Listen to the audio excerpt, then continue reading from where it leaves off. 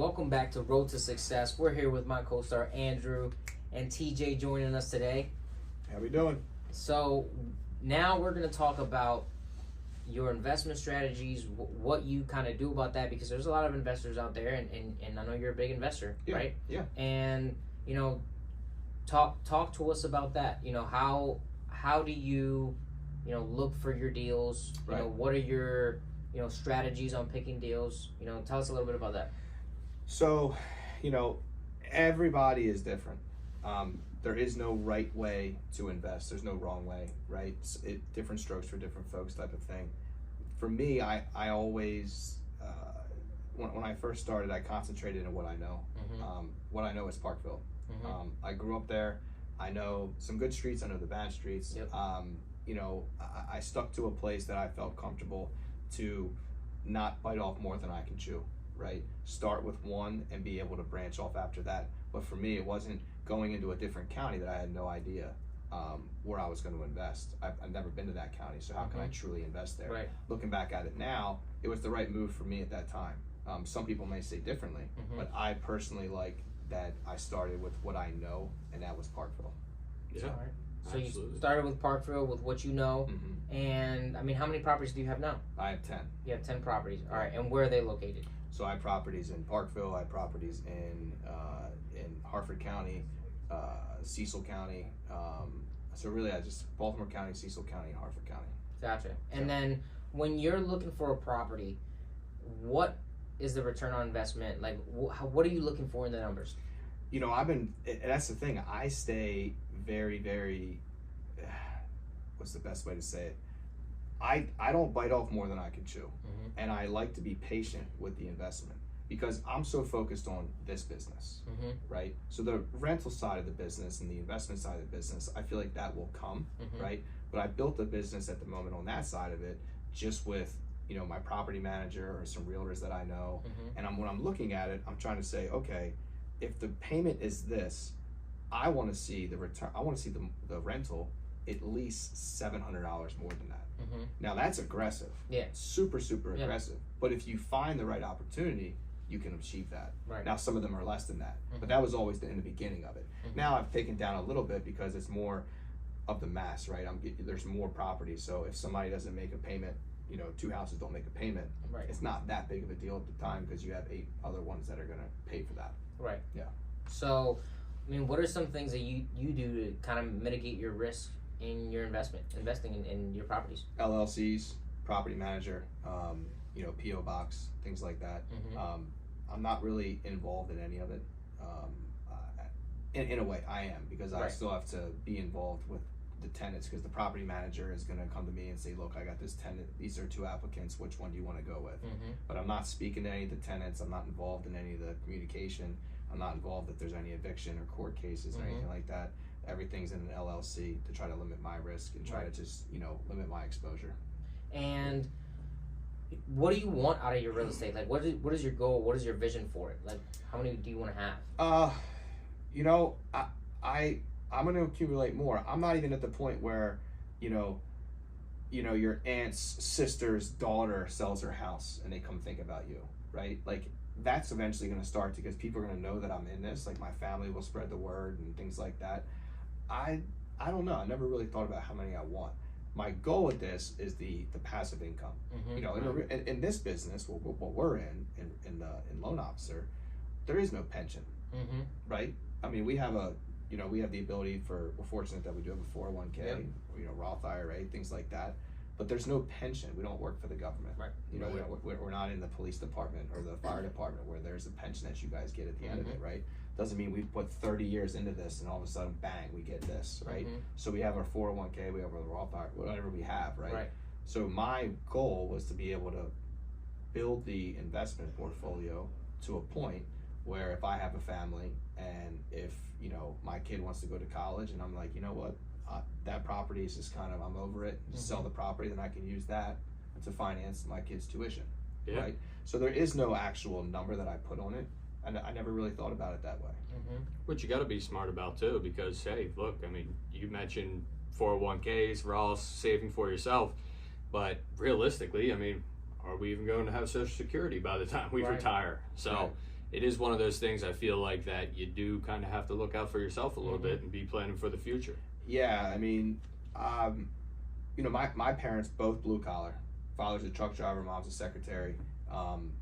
And the fact of how intelligent my mother is in like training us, because I mean, going to a public school my whole life, loved it, but there was no true education on financing, right? And even when I went to college, when I played soccer there, I wasn't the best student. Wasn't a bad student. Like I wasn't like a class clown or anything like that. I just never really was like really into school. Like never really something really challenged me. But my mom was really good at beating it into our head about credit, beating it into our head about savings and stuff like that. So I look at it now where, you know, my mom and my dad, they didn't have the background that I have in real estate, right? They didn't have that. So I take their advice on the 401ks and the Roth IRAs and like that type of, you know, investing. But now I have this side of it. So it's like, how can I diversify the portfolio? Right. Have the 401k, have those savings accounts, have that, and then also have the real estate side of things, where now you're kind of, you know, hitting it from all angles. Yeah, so you're setting yourself up, you know, in the future so that you know, because we have no pensions, right? Nothing. Social Security's probably not going to be here. And even if it was, it's not much. Yeah, I mean, not something I'm banking on, you know? Yeah, right. So, you know, you're setting yourself up so that you can be comfortable, right? Correct. And you can be at a point where, hey, if you had to stop working or something happened, you have the ability to pay for your life with those. So, you know, how do you find properties? Do you usually find properties that are distressed? So a couple of them, yes. Most of the time I'm finding it through any of my friends that are in the business that, you know, hey T, I got an opportunity. My property manager's been great.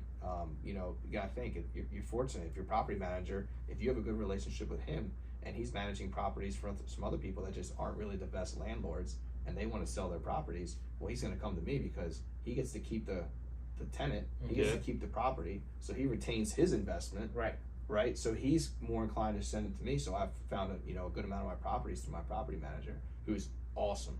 And as far as investing strategies, so when you get these properties and sometimes they're distressing and you have to fix them up, I mean, are you doing a cash out refinance, or are you more of like, no, I want to leave everything in there, let it just, you know, be, and when I have the money to buy another one, I'll buy another one? Yeah, so I mean, a lot of the times I was using a lot of my funds in the beginning. Now I've started to take some of those out. There started, you know, some blanket loans and things like that, where you can kind of have some properties that have a ton of equity in it that you can kind of, you know, fall into like a portfolio type of loan, and you can draw out and use that money to fix it up. So there's too many different ways to do it. And again, I don't know if there is no true right way. It's what does it work for? How does your financial situation look with your own personal funds, and what are you trying to get out of it? Because my situation is completely different than maybe somebody that's also investing right down the street from me, or anybody else that's investing.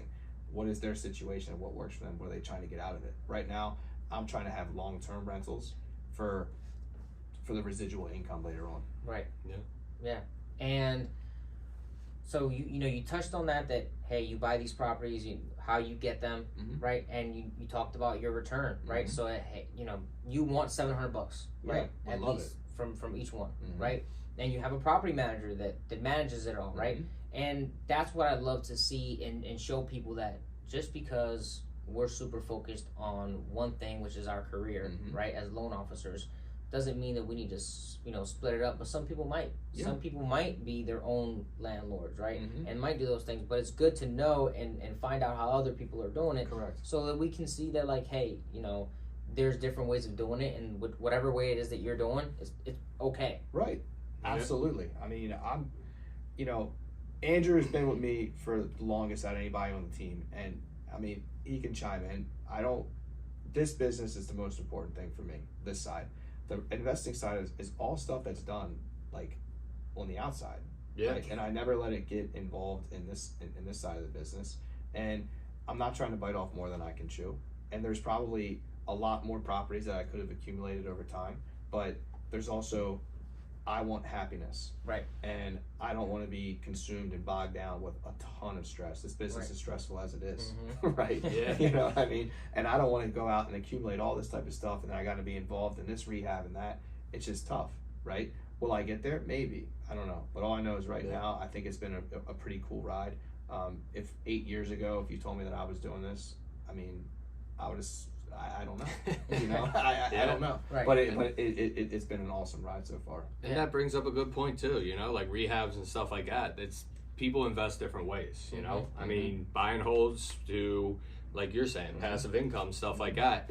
Other people out there that might have a little more time, might know a contractor, might have that type of background. You know, flips, different things like that to kind of get that quick cash and build up a portfolio that way. So it is whatever you want to make it. Correct. Yeah.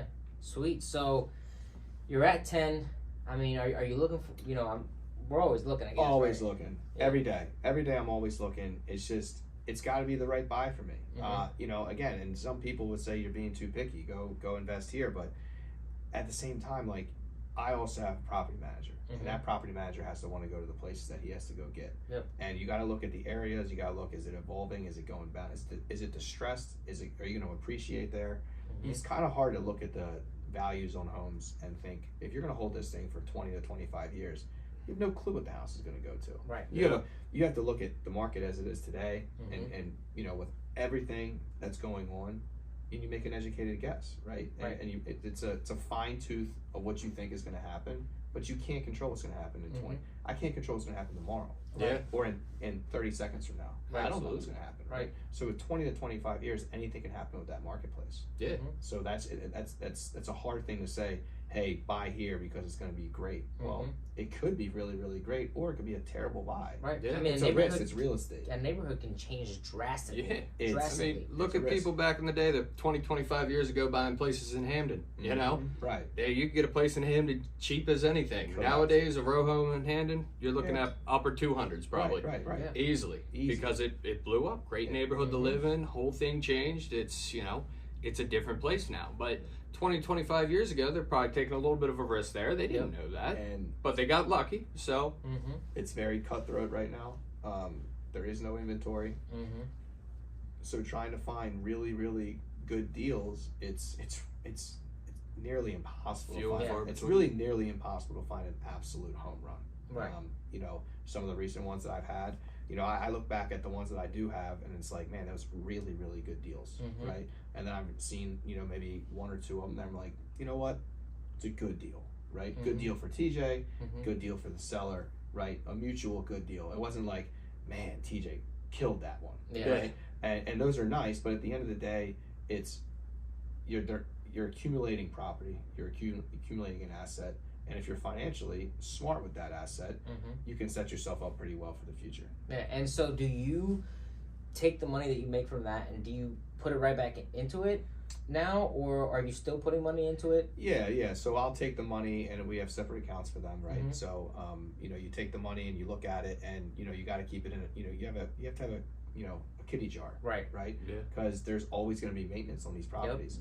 I mean, I had to replace four air conditioners this year. That's expensive, right? To be fair, it's been hot out there. Yeah, you know, it's been a hot summer, and that's four of them, right? And that's a lot that goes into that. But you know, do you want to be the landlord that is going to slumlords is what we call them, right? Slumlords, you know, or the ones that just you can't get them on the phone. There's you know infestation with rodents, or there's leakings that, you know, put on the shower and it's leaking, it's coming through the drywall, or, you know, the air conditioner's not working, it's 95 degrees outside. We try to get the good tenants in. We try to screen properly. We get tenants in there. If things are, you know, need to be fixed, we try to fix them. Because I feel like if you keep a good tenant satisfied and you can keep them long term, the last thing I want to do is have turnover consistently. Right, and that's the thing. It's a huge pain in the ass. Look, tenants are your business partners, okay? And you need to treat them good, right? You treat them good, and you make sure your property's good, right? You are maintaining your business. Yeah. That house is your business, and if you don't take care of it, it's gonna break down. So if you're not replacing the air conditioning units, if you're not, you know, fixing pipes, if you're not doing those things, and you're a slumlord, listen, forget about your investment because it's going to eventually go to zero. You're going to lose everything. Right. Yeah. So if you're taking care of it and taking care of them, the last thing you want is someone leaving your property. So if you're treating them great, right, that means that they're probably going to stay in that property for a long time. It's expensive to have turnover. Yeah. You know, I mean, there's a lot of stuff that goes into it. You can go, you know, if you don't have lead free and it's only lead swabs, then you have to get it again every time there's a changeover in tenant. And then you have staleness. It sits on the market, and you have to go back in there and fix what was in there. Then you have to go back in there. Then your property manager is going to take a piece of the first month's rent. So it just becomes very, very time consuming and expensive and costly if you have consistent changeover in tenants. That's why the screening process is so important, and taking care of those tenants throughout the duration of their term is important because it keeps them there. And when you have tenants that, you know, have been there for a while, are you raising rents at all? Or yeah, well, so, you know, yes, we have raised rents. Well, it's also extremely expensive to even have any contractor come out to your house right now. Somebody to come look at the washing machine is way more expensive than it used to be.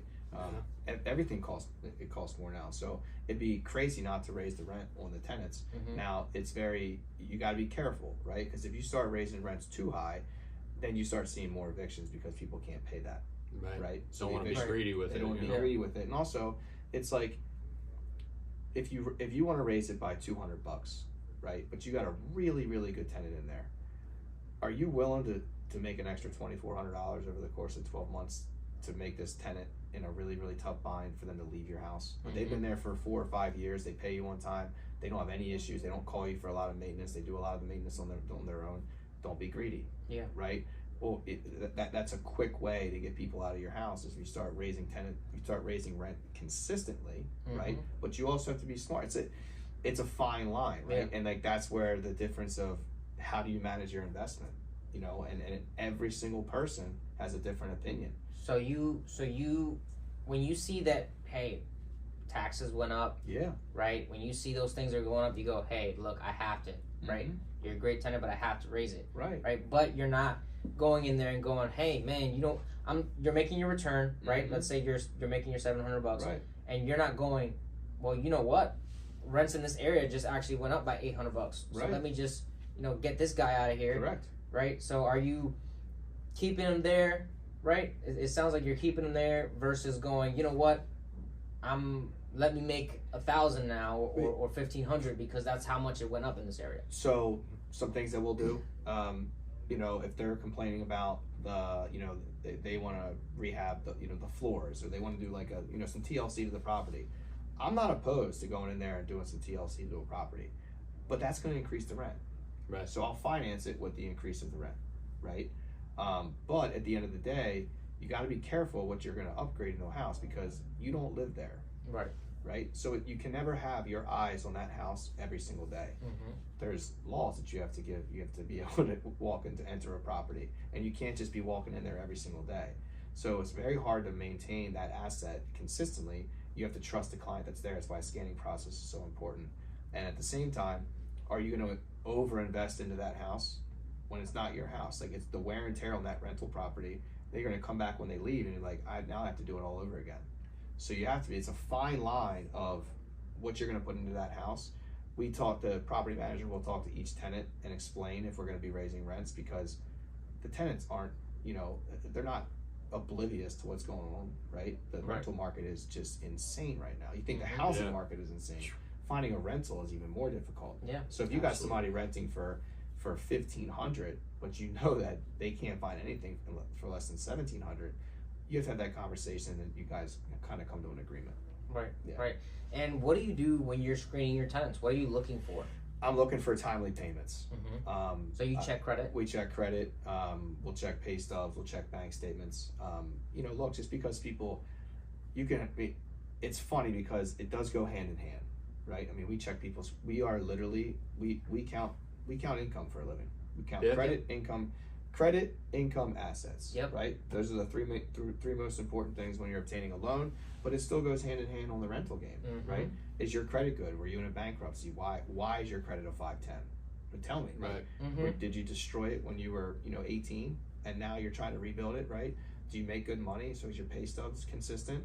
And then what's your assets look like? Like, how are you going to pay me if you have really bad credit, if you are working 3 different jobs, but you can't save money. Right. So I look at that, and I'm trying to be fair because I know that everybody has a story, and I'm not trying to just kick people to the side because again it's tough. Right. Look, listen, you're picking a business partner. I'm picking a business partner that I want to be able to say, look, that's my investment. I bought that property, and I want to make sure it's maintained the proper way, right?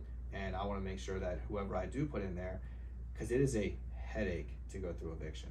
It is a process. It is very difficult. It's not fun for all parties involved, and it's time consuming. It's never anything you want to do either, The last thing I ever want to do is want to put somebody out. But at the end of the day, if they're not paying, we have to get somebody in there that's going to pay, and that's why the thing that I've been doing is just it's the maintaining and the checking of the checklist and the client's credit, income, assets. So you're reviewing everything. We kind of got a lot, right? Yeah. For investors right now. Correct. You've got, hey, what are you looking at when you're screening these tenants? We've got, what are you looking for when you're going and making your investments? Mm-hmm. For you want to make $700 a month, right? That's your thing, right? And then you're looking in these specific areas that you live by, that these areas, right? So these are all the things that you're looking for, and let's end it with a little story. All right. Right? What has been your real estate horror story? Has something happened bad with the tenants or with the properties? Something that hey. I mean, I got a couple. It's not all sunshine and rainbows. No, that's the thing. So I have a lot of friends that have they'll ask questions. Again, I'm not I'm going to continue to keep purchasing real estate. I love real estate. Yep. I love it. I have a stomach for it. I understand that there's a risk. Any single time that you put your money on the table and you're buying something, there's a risk that the house, it just might not be great, right? It might not be an asset that turns into what you think it's going to turn into. Houses have problems. Houses have problems. Tenants, it just might be one of those ones where it's just, and tenants are intelligent, man. I mean, the ones that really know how to work the system, they know the system, they know how to avoid evictions. It's a process, right? Recently this year, last year, I got a text message, it's Christmas morning. So everybody's sending, hey, Merry Christmas, people that you haven't heard from forever send you Merry Christmas.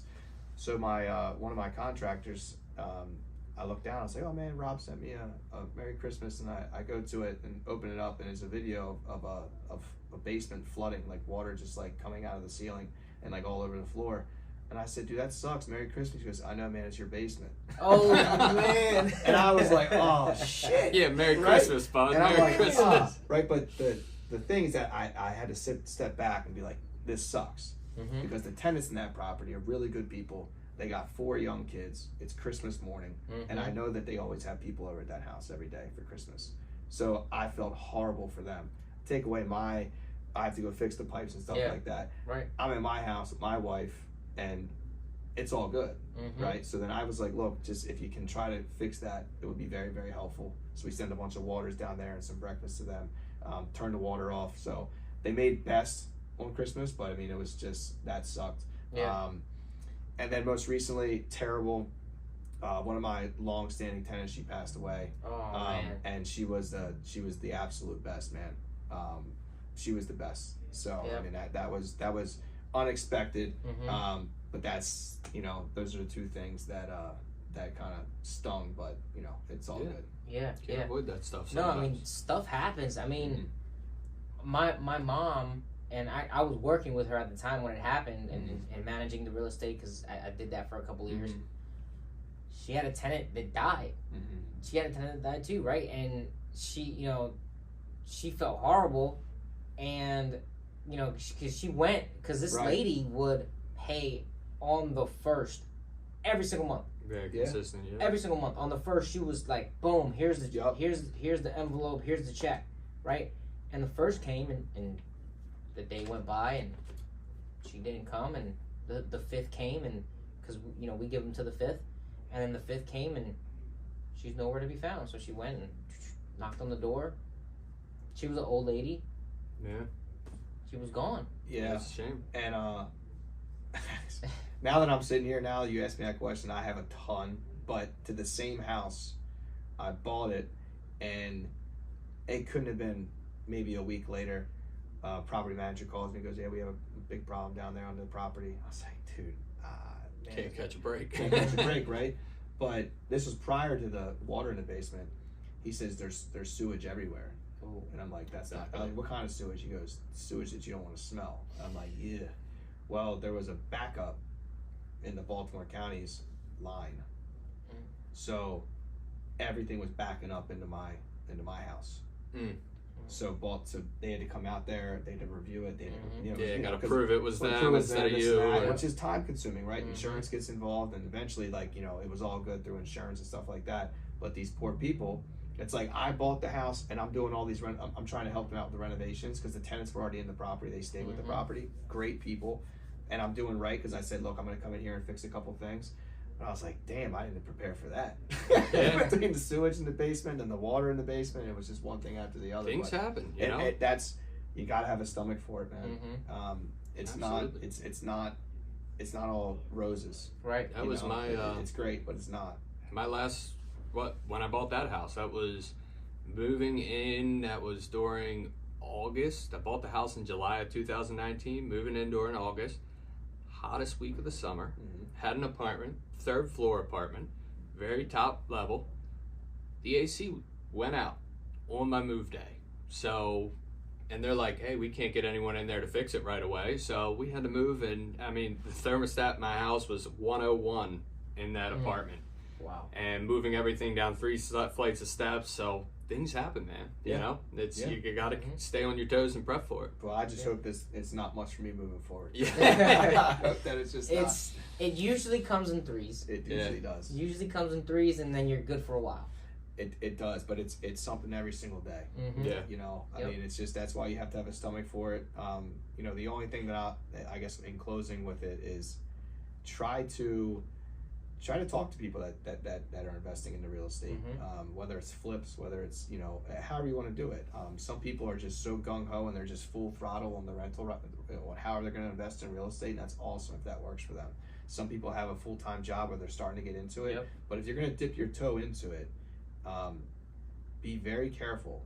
It's not trying to make people feel scared or anything, but just make sure that you're understanding the pros and the cons, because a lot of people are only going to give you the pros. Yeah, make an informed decision. It's very easy to just sit there and say, hey, yeah, you can make money. Yeah, it's cash flow, and right, you know, it's but there's cons. Yep. There's cons, and you know, just make sure that you're mentally prepared for that, and you have your assets in place that you can afford it. And just you know, I always say that, you know, a mentor or somebody like that you can kind of lean on in the beginning to kind of just go over the first deal to make sure you feel like you're in a good spot, and then from there you just maximize it. The first buy is always the hardest. Yep. And for me, one of the things that I do with my rental properties is that I always tell myself, whatever problem it is, don't let it affect you.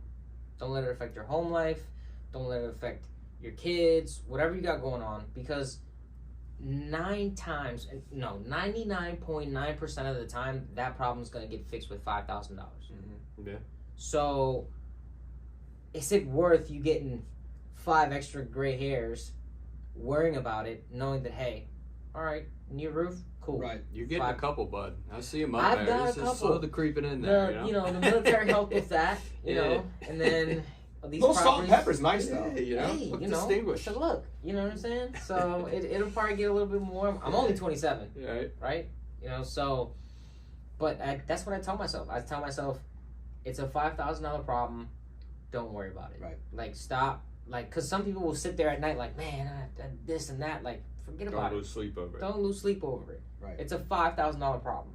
And once you start realizing that, like, okay, $5,000 problem. I always got at least $5,000 in that account. I have nothing to worry about. Right. Right? Because if air conditioning goes out, $5,000 problem. Right? If you know the right people. Because if you don't, hey, sorry, dude. It's gonna be make sure you line Networking. yourself with some good contractors. You know, it's you can really go cheap and try to get it in, but usually if you go cheap, then you're gonna find time to, you know, what's the old saying that Bobby always said? Yeah, if you don't find the time to do it right, you better find the time to do it twice. Right, and it costs more money, and it's expensive right now when it comes to any contractor, HVAC, electrician, you know, just a regular handyman that can come fix the faucet, or, you know, look at your you know, washer and dryer, anything, right? Like anything like that, it costs money right now. And it's very, very easy to cut corners and then just to throw a Band-Aid on something. But that's why the screening process, that's why your finances, that's why having the piggy bank to have the money in there to say, look, I'm just going to do this right, and I'm going to do it right. It's going to cost me some money up front, but then I won't have to come back and do this. If you keep putting a Band-Aid on it over and over and over again, you're going to find yourself wasting that money to eventually, just put more money into it. Yeah, do it right the first time. You won't have to do it again. Correct. Man, and it's so funny because the real estate is so similar in every single part, right? Like you have loan officers. What are we looking for, right? We're looking for those three things, right? The credit, the income, the assets. As a landlord, you're looking at the same thing, right? So it's just like doing your job again on the right? side. Yeah, you already know what you're doing, right? So it's super easy, and for other people that don't, it's just those are the things you have to look at. Well, it's called ROI, right? Yep. Return on investment. Exactly. I'm investing into that real estate, and I need to make sure that whoever's in that property is going to get the return back to me that I want. And if I don't have them in there, then that return on investment is not what I thought it was going to be, and then now I'm just struggling to try to keep that thing afloat. Yep. Yeah. So, last thing, let's give the people a nice little advice. TJ, if you're a first time investor, what would you tell yourself? I think it goes back to I think going back to where you're comfortable. Buying your first house in another state where you don't know the laws, you don't know your property manager, you don't know the ins and outs of that. Find a place where I feel like you're comfortable with, right? Where the type of people that are going to be there, the type of demographic that you're going to have, the streets, the good streets, the bad streets. What's the driving factor? What are people looking for over there, right? That's my biggest piece, is probably going to a place that and then once you get a couple of those, then you can start branching out, right? And dipping your toes in different markets that you can be a little bit riskier at that point once you have good cash flow in those other properties. Right. Think about it like this: if you know how to do a peanut butter and jelly, do a peanut butter and jelly, right? If you don't know how to make, filet mignon, don't start trying to do the filet mignon yet.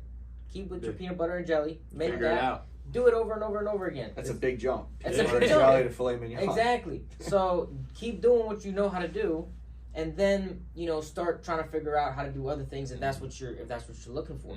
Or some people they might just make peanut butter and jellies all the time. Right. That might be their thing, and there's nothing wrong with that. I was gonna say. Exactly. Right. And if you want to do a little bit of everything, you want to have some PB&Js, you want to do some filet mignons, you want to do a little bit of pasta.